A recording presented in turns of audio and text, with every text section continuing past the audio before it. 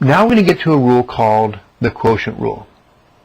And this begins on page 4.1-9. The quotient rule.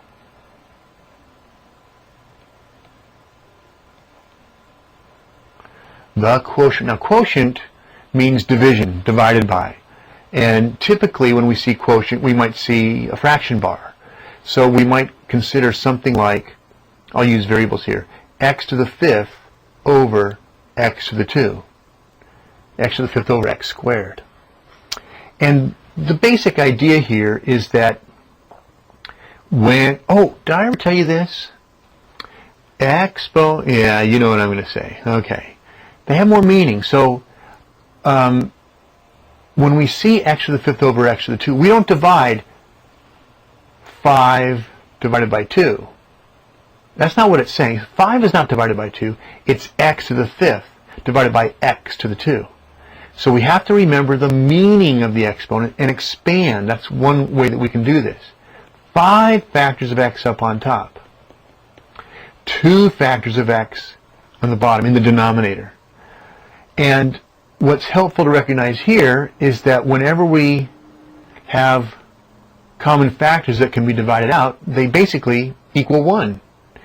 And what we're left with here is simply x times x times x, or more simply put, x to the third power.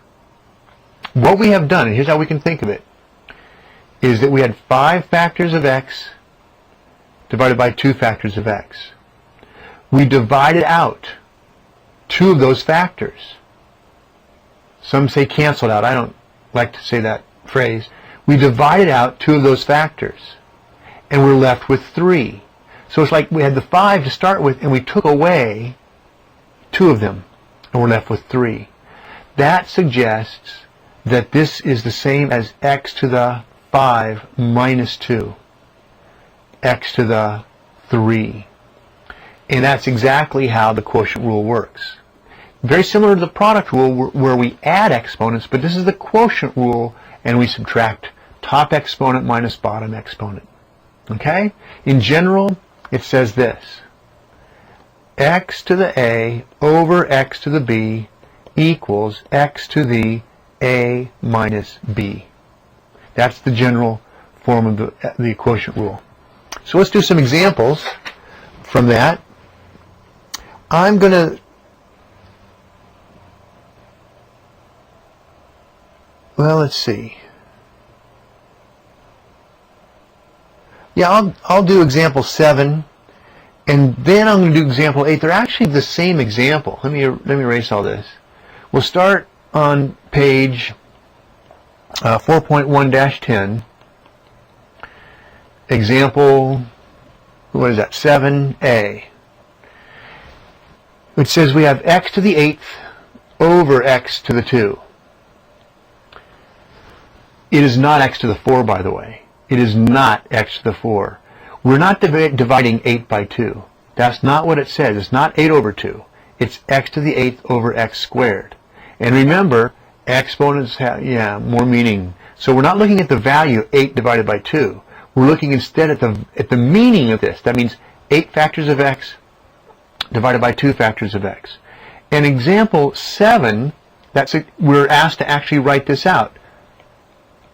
That's 4, 5, 6, 7, 8 factors of x divided by 2 factors of x.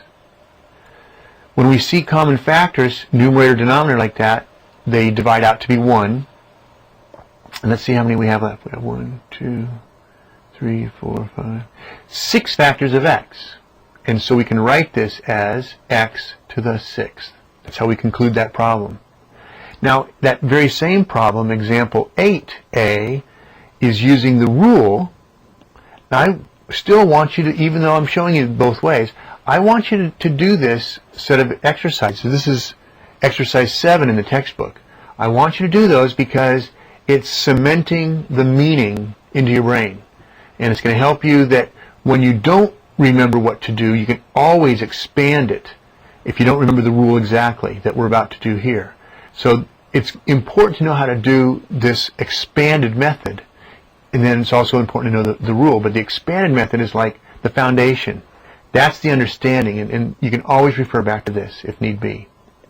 According to the rule, we're going to subtract exponents, and x to the 8 minus 2, again, x to the 6th. But nowhere do we see an 8 divided by a 2. 8 divided by 2, of course, is 4, and that doesn't appear anywhere in our answer. It's not even close. So, well, I shouldn't say not close, but, you know, we don't see x to the 4th at all. The 4 has nothing to do with this answer at all. Okay? And I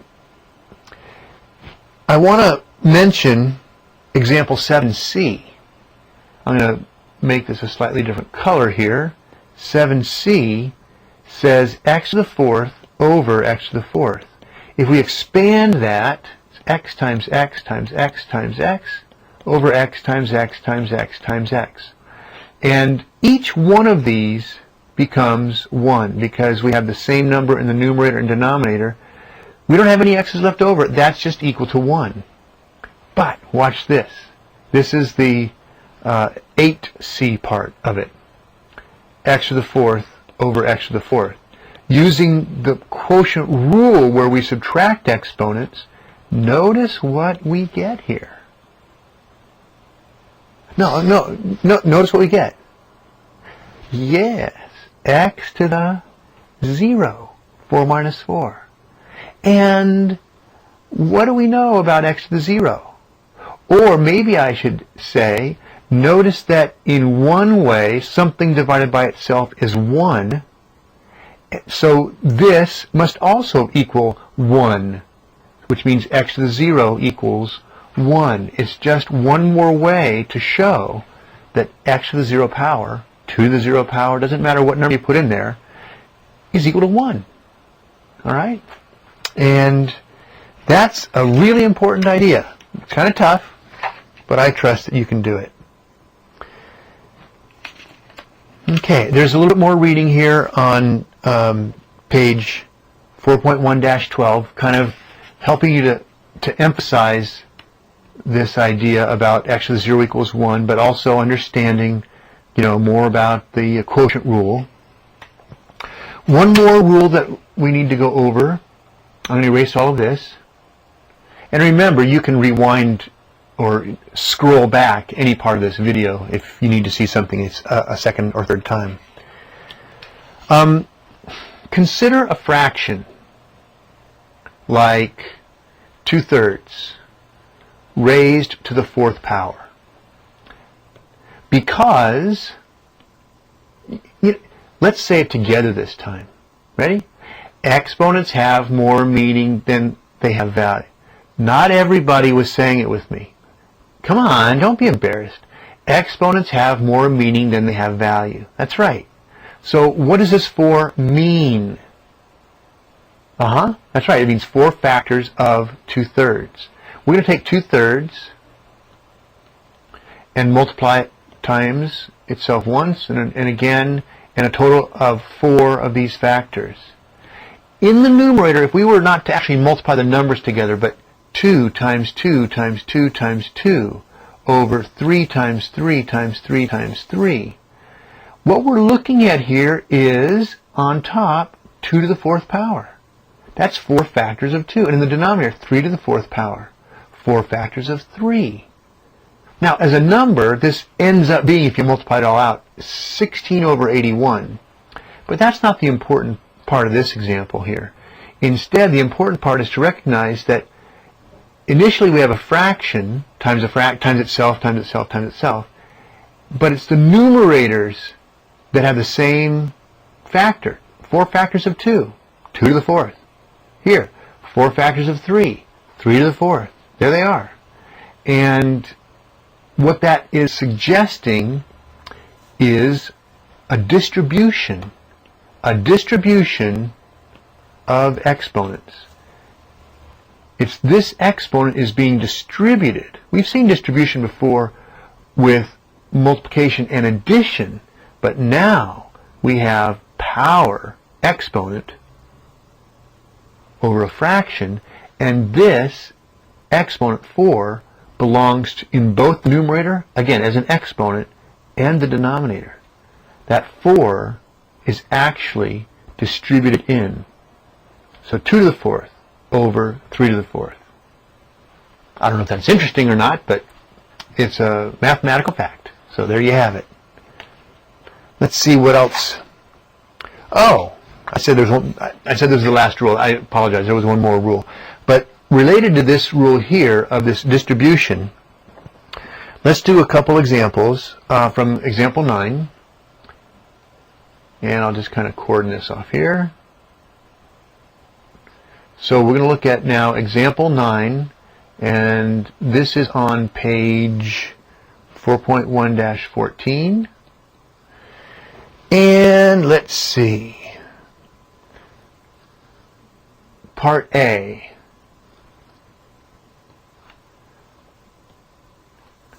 Is A times B to the 5th power. Now, I'm not going to go over the explanation of this. It's in the reading. But we can distribute this just like we were able to distribute with the fraction. This becomes A to the 5th times B to the 5th. Part B says we have 3w, or 3 times w, to the 4th power. Similarly, we distribute that exponent 3 to the 4th times w to the 4th. The only thing here is that because 3 is numerical, we can actually figure out what that is. And, oh, you know what? Here we did 3 to the 4th, and it equals 81. So I can change that part of it only. And we'll say here that that's equal to 81 w to the 4th power. Part C, it says we have 2 over p to the 5th. So that's 2 to the 5th over p to the 5th. And I believe I mentioned in the beginning of this that 2 to the 5th is 32. We kind of worked that one out over p to the 5th. And I'll just do D and E.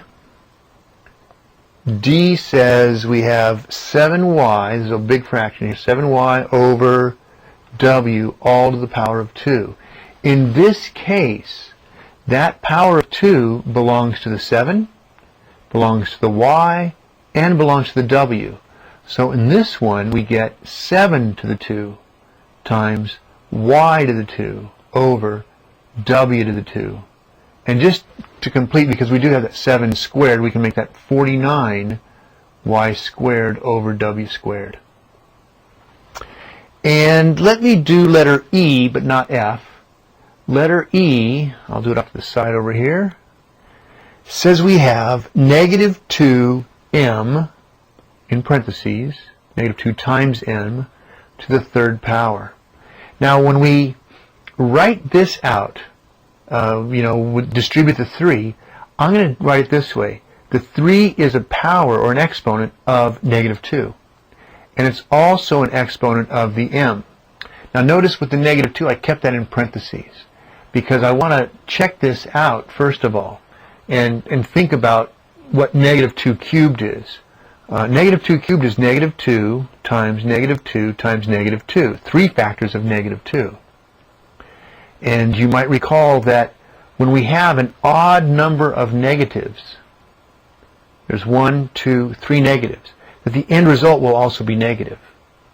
Because negative times a negative is positive, but then that positive value times negative gives negative. So this is actually a negative 8. And what we get out of this then is negative 8m cubed.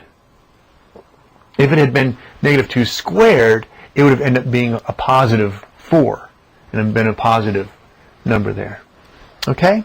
So that's the distributive property for exponents. And now, let me just double check. Oh yes. Now, yes. Now we come to the last property in this section. Later on in chapter 4, we're going to find, I think it's section 6, we'll find more rules of exponents. But let's just concentrate on what we have right now. Okay, so now I'm looking at page 4.1-15,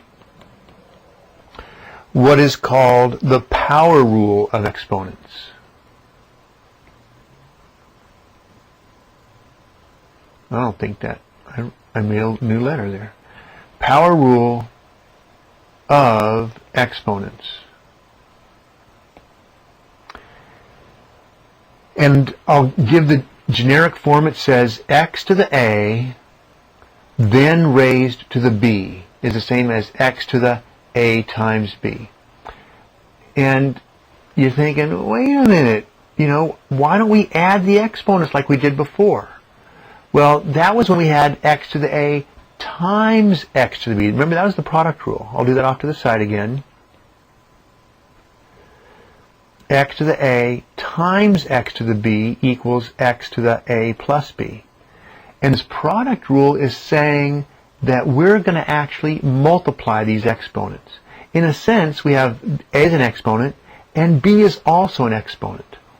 And we end up multiplying the exponents. The easiest example is if we choose a base of 2 and maybe say 2 to the third squared. This means 2 to the third times 2 to the third. Because it's, again, the meaning. They have more meaning, don't they? This means 2 factors of what? 2 factors of 2 cubed. So there's 2 cubed times 2 cubed. And now the product rule, which is actually right over here, product rule says we're going to add those exponents together. But notice we get 2 to the 6th power. 2 to the 6th power. This 2 to the 6th came from multiplying 3 times 2, actually. And that's what this power rule is saying, is that when we have 2 powers, 2 exponents like this, we multiply them together, x to the a times b. Just to prove to you that they are indeed the same, that it does equal 2 to the 6th, let me just remark that 2 to the 6th, which expanded is 2 times 2 times 2 times 2 times 2 times 2. Let's see, there's 4 times 2 is 8 times 2 more is 16. Let me write that down, 16. Times 2 more is 32. Times 2 more is 64. So that's what 2 to the 6th equals, 64. But think about this for a moment. Inside here, we have 2 to the 3rd power, which we have shown previously is 8. And then it's being squared. What's 8 squared? That's right. 8 times 8 is 64. I'm just thinking that I probably shouldn't have gone over this. It may have been more confusing because I'm really trying to work on the rule here, that we multiply the exponents. And I may have gotten a little bit carried away, but I'm trying to show you why things work the way they do. And that, oh look, we get the same answer, which means, I'm looking over here, that looks like 6 to the 4th power, and it's supposed to be 64. Let me fix that. I don't know if you caught that or not, but I surely did. So, 64. And so, yes, these are the same number, and I'm just showing you kind of, that, oh look, it works. But in general, if we have something like x to the 5th cubed, this could be thought of in one of 2 ways. We could say, oh, that's x to the 5th times x to the 5th times x to the 5th. 3 factors of x to the 5th. And when we add all of those exponents together from the product rule, that becomes x to the 15th. Or we could treat it as what the power rule we have here. That's x to the 5 times 3, which is also x to the 15th. Either way you choose to do it is fine. But I know that the example that's coming up here is example 10, and it uses the power rule and the distributive rule. So I'm going to go over all those examples, and we'll just, it's intended that you probably just do it like this. You don't need to expand it each and every time.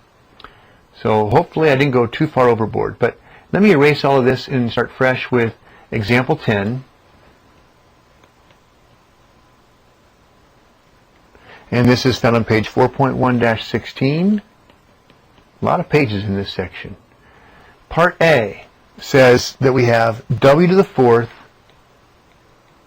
cubed, or w to the fourth to the third power. And using that power to a power rule, that's w to the 4 times 3, w to the 12th. That's all the work that is involved in that. In part B, I'm not trying to throw a curve here, but I want to have you become familiar with the types of problems that you might see and need to manipulate. This actually is the distributive rule, where that power of 5 belongs to each of them. But we've got to be careful how we write it. That power of 5 belongs to the x cubed, so it's x cubed to the 5th times y to the 5th. Now the truth is that y to the 5th didn't need parentheses here, like I've drawn them here, but this one does, because we have one more step before we can completely simplify it. We started off by using that distributive property, but now we're going to refer to the power to a power principle, or whatever I call it over here. You know what I called it. It's the power rule. Okay, well, we'll use the power rule on these. We distributed first, then we use the power rule, and this one is just y to the 5th. That's fine, but it'll become x to the 15th. So let me write that in there. That's x to the 15th times y to the 5th. And that one's done. And letter C is similar to B, except we have a quotient or a fraction here. It says we have a to the 4th a to the 4th over b cubed, all raised to the 2nd power. As a first step, this exponent 2 is being distributed to each part, the numerator and denominator. And we probably could skip this step, especially when you get to know it better, but at first it's a to the 4th being squared, so that power of 2 goes to the entire numerator a to the 4th. And then down here, b to the 3rd then being squared. So when we apply this power rule, we can say that's a to the 4 times 2 and multiply those. And this is b to the 3 times 2 and multiply those. We get a to the 8th over b to the 6th. And here comes an important question. I'm going to write this answer over here.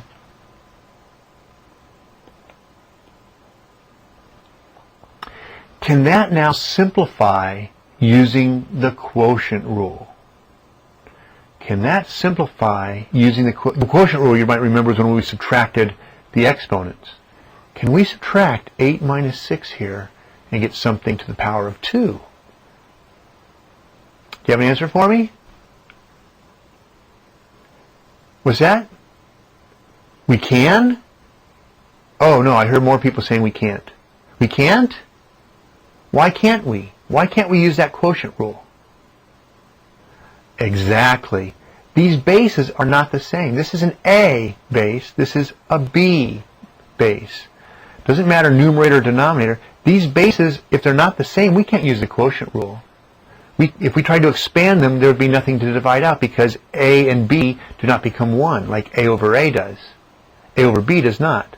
So we're done with this. This is complete as an answer. I'll put a box around it. It's not necessary, but I wanted to just demonstrate that that is the complete simplification. We're done. I'll tell you, exponents can be confusing, and I hope that this tutorial actually clarified a few things instead of confused you more. I'm afraid that I might have gone overboard in some of these explanations, but hopefully with what I've done here and with you reading the book, you'll be able to make it work out and do the exercises. Don't just watch what I'm doing here and read the book and say, oh, okay, I get it. No. You've got to actually put your hand and your pen and your pencil to paper and make your hand move and do all those actions and demonstrate it that way to yourself so that you can be confident in the problem solving that you do. All right? Well, I hope you've gotten some good out of this, and please refer to the next lesson when you get an opportunity. And don't forget to read the book. It's a very important part of this. Thanks. Bye-bye.